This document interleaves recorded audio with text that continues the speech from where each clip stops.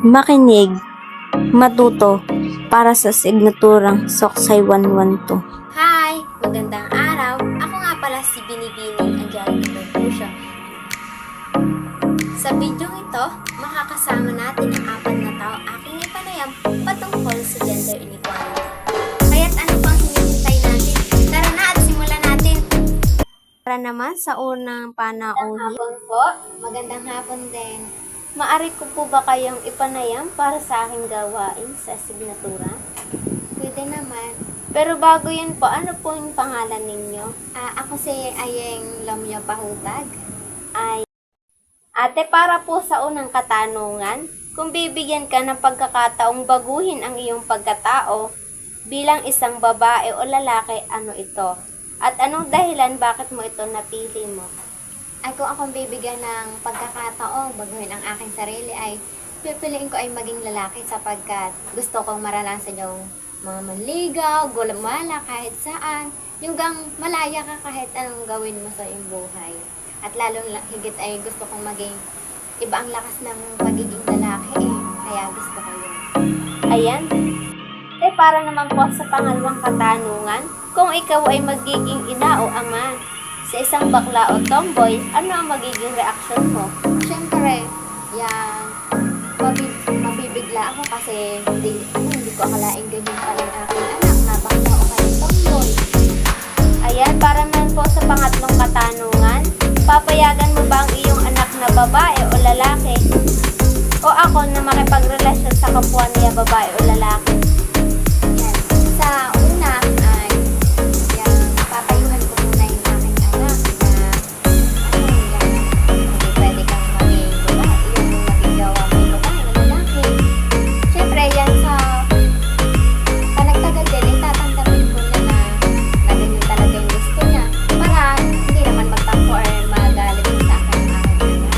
Ayan, para naman po sa panghuling katanungan, meron bang gender inequality nung nakaraan o hanggang sa kasalukuyan na nararanasan ng ating pamilya o mga ninuno po? Parang nung una ay wala pa yung babae at lalaki pa lang, walang discrimination. Pero ngayon ay meron na dahil ngayon sa marami ng sa uso na ngayon yung LGBTQ na kung saan meron ng discrimination. Yung hinuhusgahan na nila yung ibang tao.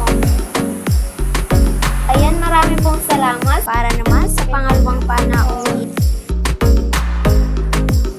Maaari ko po ba kayong ipanayam?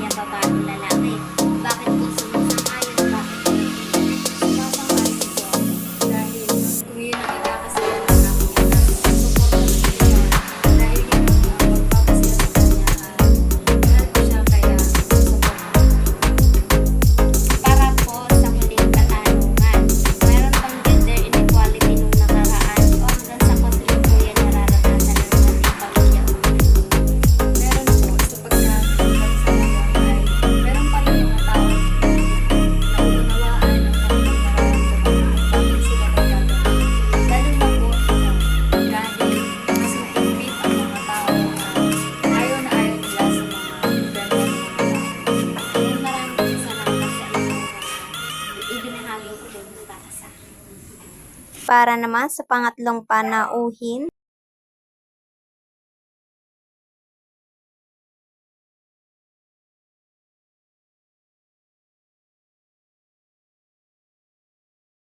kung bibigyan ka ng pagkakataong baguhin ang iyong pagkatao bilang isang babae o lalaki, ano ito? At anong dahilan bakit po ito ang iyong napili? Kung bibigyan ako ng pagkakataong baguhin ang aking pagkatao bilang isang babae o lalaki, pipiliin kong maging babae. Ang dahilan nito ay dahil sa mga karanasan ng mga kababaihan na naglalaman ng lakas, katatagan at kakayahang magbigay ng buhay. Nais kong maranasan ang mga hamon at tagumpay na kaakibat ng pagiging isang babae, pati na rin ang mga oportunidad at mayroong ang mga kababaihan sa kasalukuyan na patuloy na lumalaban para sa kanilang mga karapatan. Para naman sa pangalawang katanungan, kung ikaw ay magiging ina o ama sa isang bakla o tomboy, ano ang magiging reaksyon mo? Kung ako ay magiging ina o ama sa isang bakla o tomboy, ang magiging reaksyon ko ay suportado at tanggap.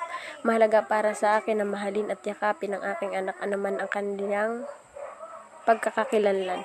Ang pagiging magulang ay tungkol sa pagtanggap at pagbibigay ng pagmamahal at nais kong ipakita sa aking anak na sila ay walang kondisyon na minamahal. Para naman sa pangatlong katanungan, papayagan mo ba ang iyong anak na babae o lalaki?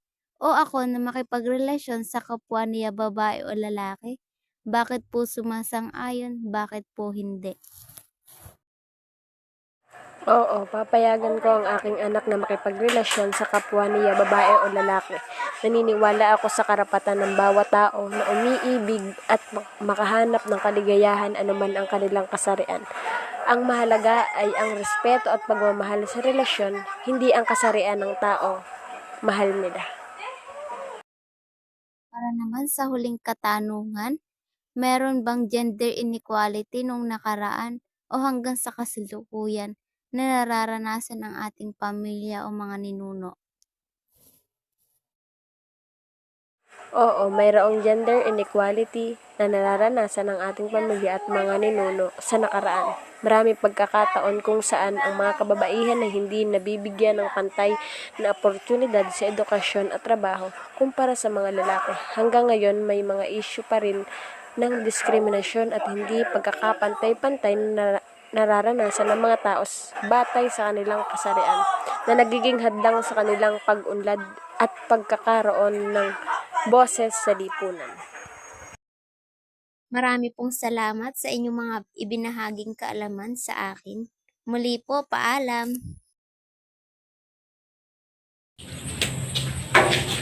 Magandang hapon po, kuya. Maaari ko po ba kayong ipanayam para sa aking gawain para sa signatura? Maaari naman po. Ayan, simulan na po natin. Sige. Pagkakataong baguhin ang iyong pagkatao bilang isang babae o lalaki. Ano ito? At anong dahilan bakit mo ito napili mo? Kung bibigyan naman po ako ng pagkakataon, ang pipiliin ko po ay babae kasi po magagawa ko po ang pagsusuot ng iba't ibang uri ng damit. Katulad po ng mga crop top, ganyan po. Ayan. Para po sa pangalan, kuya, paano kung naging ina o ama ka sa isang bakla o tomboy? Ano yung magiging reaksyon mo? Siyempre po, una ay magagalit po. Tapos po, matatanggap ko, unti-unti ko pong matatanggap siya ng buong buo at mamahalin ko po siya ng higit pa sa pagmamahal ko.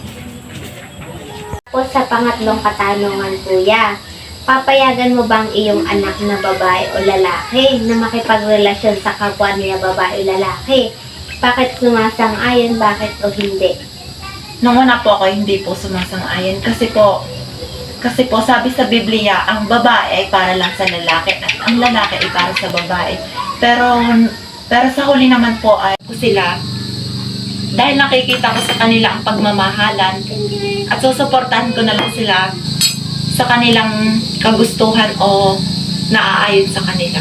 Kuya, natin na katanungan. Meron bang gender inequality nung nakaraan o hanggang sa kasalukuyan na nararanasan ng ating pamilya o mga ninuno? Para po sa akin, wala na pong nakakaranas ng gender inequality sa aming pamilya kasi po halos sa aming pamilya po ay straight na. Nuno.